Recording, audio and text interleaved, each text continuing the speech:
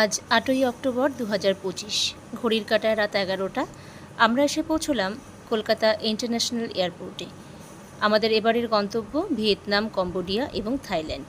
৩টে দেশ আমরা একসঙ্গে কভার করব। আমার ইন্টারন্যাশনাল ট্রিপ এই প্রথম। গেস্টরা চলে এসেছে। আমরা এখন যাব সরাসরি বোর্ডিং পাস নিতে, তারপর আমাদের ইমিগ্রেশনের জন্য, এবং চেষ্টা করব এই ৩টে দেশ আমার কেমন লাগে ছোট ছোট ভিডিওর মাধ্যমে আপনাদের সঙ্গে শেয়ার করার।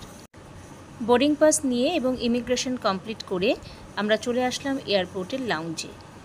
খিদেও পেয়েছিল এবং ডিনার টাইম তো হয়েই গেছিলো, আর আমাদের এয়ারপোর্টে পৌঁছতে অনেকটাই সময় লেগেছে, তাই রাস্তায় আমরা কোথাও টিফিনও করতে পারিনি সন্ধেবেলা।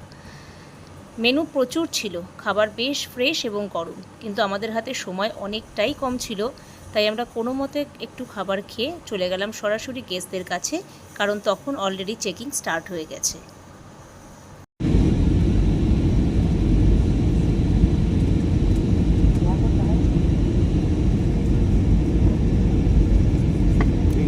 এই আলোগুলো জ্বলছে এইরকম একসাথে সারি দিয়ে আলো।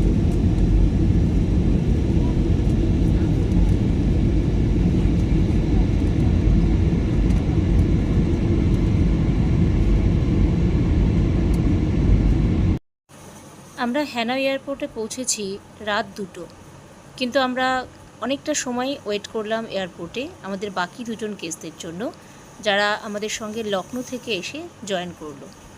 এই দাদা দিদি দুজন, ওনারা এসছেন লখনৌ থেকে, আমরা ওনাদের জন্য ওয়েট করছিলাম। ওনারা আসার পর আমরা সবাই মিলে একসঙ্গে এয়ারপোর্ট থেকে বেরোলাম।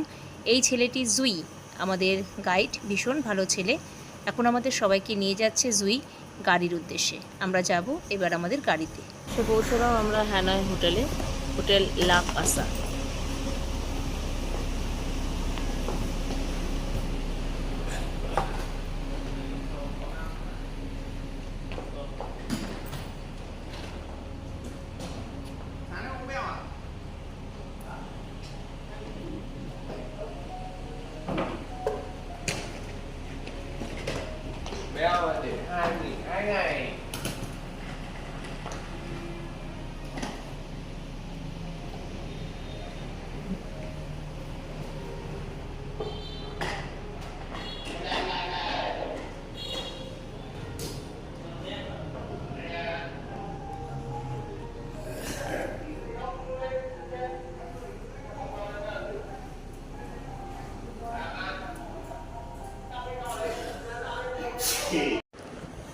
হোটেলে চেক ইন করে আমরা প্রথমে ব্রেকফাস্ট সেরে নিই। ব্রেকফাস্টে প্রচুর খাবার ছিল। তারপর রুমে এসে ফ্রেশ হয়ে একটু ঘুমিয়ে নিলাম। আমাদের গাইড জুই বলেছিল বেলা 11টায় আমাদের হ্যানয়ের লোকাল সাইট সিন করতে নিয়ে যাবে। সেই মতো 11টায় রেডি হয়ে সবাই জুইয়ের সঙ্গে বেরিয়ে পড়লাম সাইট সিনে। প্রথমে জুই আমাদের নিয়ে আসে হ্যানয়ের একটি জেল কাম মিউজিয়াম বলা যেতে পারে, যেখানে ভিয়েতনামের স্বাধীনতা সংগ্রামীদের বন্দি করে রাখা হতো। আর শুধু বন্দি নয়, তার সঙ্গে চলতো অকথ্য অত্যাচার। তার বিভিন্ন ভিডিও, ছবি, নানা রকম নিদর্শন এই মিউজিয়ামে তারা রেখে দিয়েছে, এবং সেগুলো দেখে আমাদের ভীষণ মন খারাপ হয়ে যায় প্রত্যেকের। এই ঘরটাতে স্বাধীনতা সংগ্রামীদের বন্দি করে রাখা হতো। তাদের একটা পায়ে লোহার বেড়ি পরানো হতো, আর একটা পা এমনি খুলে রাখা হতো যাতে তারা পালাতে না পারে, এবং বেড়িটা যেই জায়গাটা তাদেরকে বসিয়ে রাখা হয়েছে তার সঙ্গে পুরো গেঁথে দেওয়া হতো। কত রকম অকথ্য অত্যাচার তারা সহ্য করেছে, তাদের জীবন বলিদান দিয়েছে দেশকে রক্ষা করতে। এখানে যে পিলারটা দেখা যাচ্ছে তার সঙ্গে একটা দড়ি ঝুলছে, এখানে ফাঁসি দেওয়া হতো। যদি কেউ মনে করতো জেল থেকে পালাবে এবং সে ধরা পড়ে যেত, তাকে সরাসরি নিয়ে এসে এখানে ফাঁসি দেওয়া হতো। ফাঁসির পরে তার বডিটাকে শুইয়ে দেওয়া হতো এই বিছানাটির ওপরে।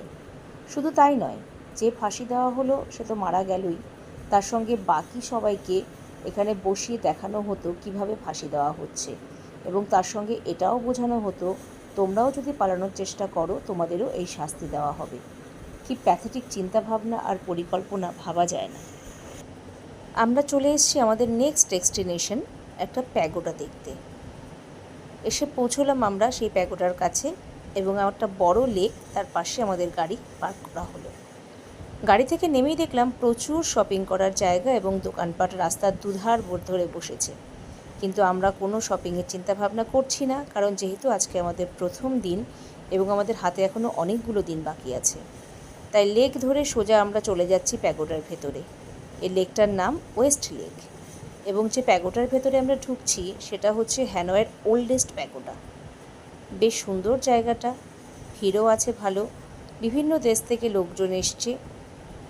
আমরাও ভেতরে যাই, দেখি ভেতরটা কেমন। বাইরে থেকে দেখে মনে হচ্ছে জায়গাটা খুবই সুন্দর হবে, ভেতরে পৌঁছে দেখলাম সত্যি জায়গাটা সুন্দর, ভীষণ মনোরম দৃশ্য, মনটা পুরো ভরে গেল।